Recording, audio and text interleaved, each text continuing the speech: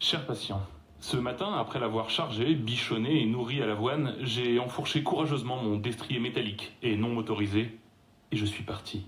La ville se levait à peine et le soleil froid me caressait le visage en ce mois de novembre, enfin décidé à tenir ses hivernales promesses.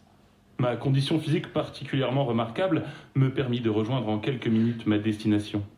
Dans la rue, les badauds se retournaient sur mon passage, comme toujours, et de ci, de là, des cris d'admiration venaient caresser ma modestie, qui n'en prit nul ombrage.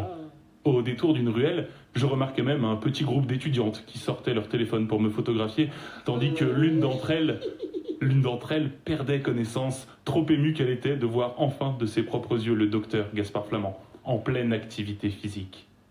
Vous n'êtes pas sans savoir que les rues de Montpellier, de France et de Navarre sont pleines de ces groupies prêtes à tout pour avoir l'honneur et le bonheur de passer une nuit à mes côtés. Mais que voulez-vous? Entre l'écriture et la médecine, il ne me reste que peu de temps pour m'adonner au plaisir de l'amour.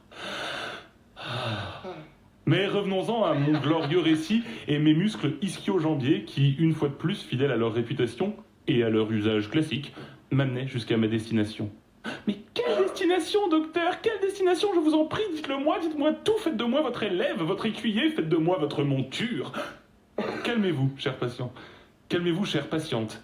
Car voilà dès à présent la révélation du but de ma matinée et de ma matinale échappée vélocycliste, qui n'était pas sans rappeler les exploits d'un Poulidor, d'un Richard Virenque ou d'un Eddy Merckx. Ma destination, disais-je, avant d'être une fois de plus interrompu par moi-même, comme disait ce glorieux Pierre Desproges, ma destination était une petite boutique du centre-ville qui achète et revend films, vinyles et disques, en refusant catégoriquement de voir l'année inscrite sur le calendrier. Car c'est bien ça le sujet de ma chronique. Oui, cher patient, oui, Père Castor, oui, Big Mat, oui, Pège, il y a bien un sujet à ma chronique. Et c'est celui-ci. J'ai récemment décidé de plonger dans ma cave pour en ressortir des caisses entières de films, méticuleusement rangés dans des boîtiers plastiques. Car il était grand temps d'admettre que quand on n'a plus ouvert un DVD depuis 8 ans, quand l'intégralité de nos soirées cinéma se déroule sur le site d'Arte ou sur des plateformes tenues par des milliardaires, et que de toute manière nous n'avons même plus de petites encoches gloutonnes sur nos ordinateurs, il ne sert à rien de stocker des DVD. Alors je vous entends déjà, chers patients amoureux de l'objet, du palpable, mes glorieux porteurs de l'étendard du « c'était mieux avant !» Je vous entends hurler. Qu'alors, si je choisis de me débarrasser de tous mes DVD, puis-je encore prétendre au statut de cinéphile? Puis-je encore me targuer d'être un puits de science du 7e art? Puis-je encore regarder un film dans les yeux sans mourir englouti sous la honte? Eh bien, je vais vous répondre, chers patients. Alors déjà oui, bien sûr que je peux, parce que je peux tout faire. Ne l'oubliez jamais. Mais aussi parce que méfions-nous du fétichisme. Méfions-nous de cette science de l'accumulation que nous ont enseigné les affiches publicitaires depuis 40 ans, en nous criant que 10 pour le prix d'un, c'est l'équivalent d'un pas dans le jardin d'Éden. Méfions-nous de ces choses dont nous parlait Tyler Gordon dans le somptueux Fight Club, et répétons ensemble cette glorieuse philosophie. Les choses que l'on possède finissent par nous posséder. Alors non, cher patient, je n'ai pas honte de m'être débarrassé d'une caisse qui prenait un volume absurde dans mon logis, que je voudrais plus proche du zen que du logis de Louis la Brocante. Et si j'ai senti un déchirement en contemplant chaque exemplaire de mes films chéris, c'est justement parce qu'ils avaient depuis longtemps commencé leur travail de possession de leur possesseur. Mais une fois de plus, là n'est pas tellement le sujet de ma chronique. Quel est d'ailleurs le véritable sujet de ma chronique? La question est peut-être ouverte. Mais ce que je voulais surtout vous dire ce soir, chers patients, c'est qu'avec l'argent que m'a donné ce cher receleur de collections perdues, ce dealer de musique, ce mafieux du coffret DVD, avec la somme qu'il m'a échangée contre un sac Tati plein à ras-bord de films aussi cultes les uns que les autres, cet argent m'a permis de m'acheter 5 litres de lessive bio, 3 litres d'huile d'olive espagnole, 500 grammes de café colombien et 4 poires gardoises.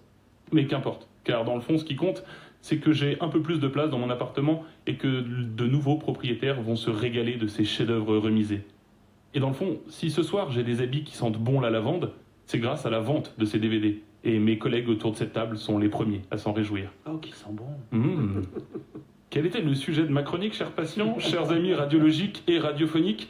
Je n'en ai pas la moindre idée.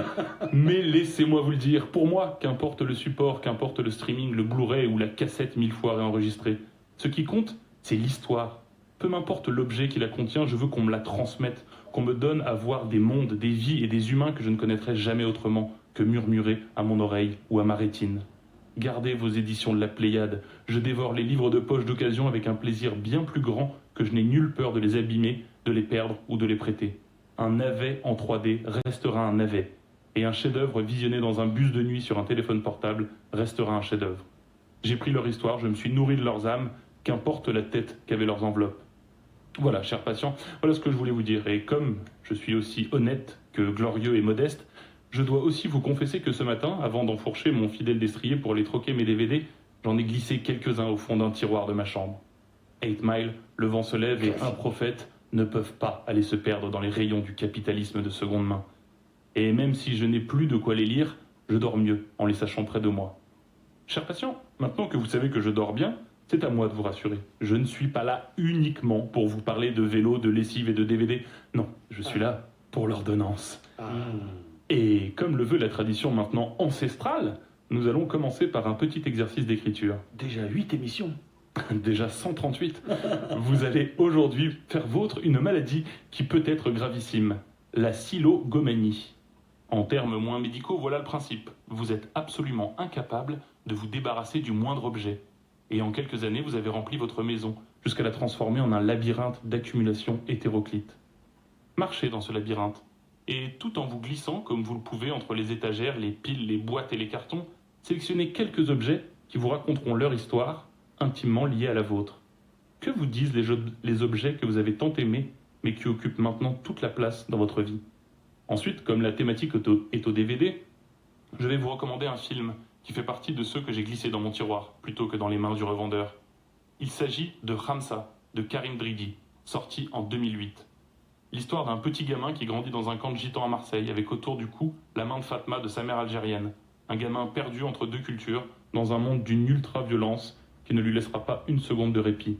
De loin, l'un des films fondateurs pour moi, et qui m'a accompagné tout au long de l'écriture de mon premier roman. En parlant d'union des cultures, de violence et de chef-d'œuvre, nous allons nous quitter avec un morceau né de l'union sacrée entre Belfast et Dublin, du nord et du sud d'une Irlande qui prouve qu'il n'y a pas que les British pour driller sévère. Les immenses Inc. et Yunsu pour kicker The Solution. C'était le docteur Gaspard Flamand. Merci de m'avoir écouté, n'oubliez jamais, un homme sans culture, c'est comme un zèbre sans rayures.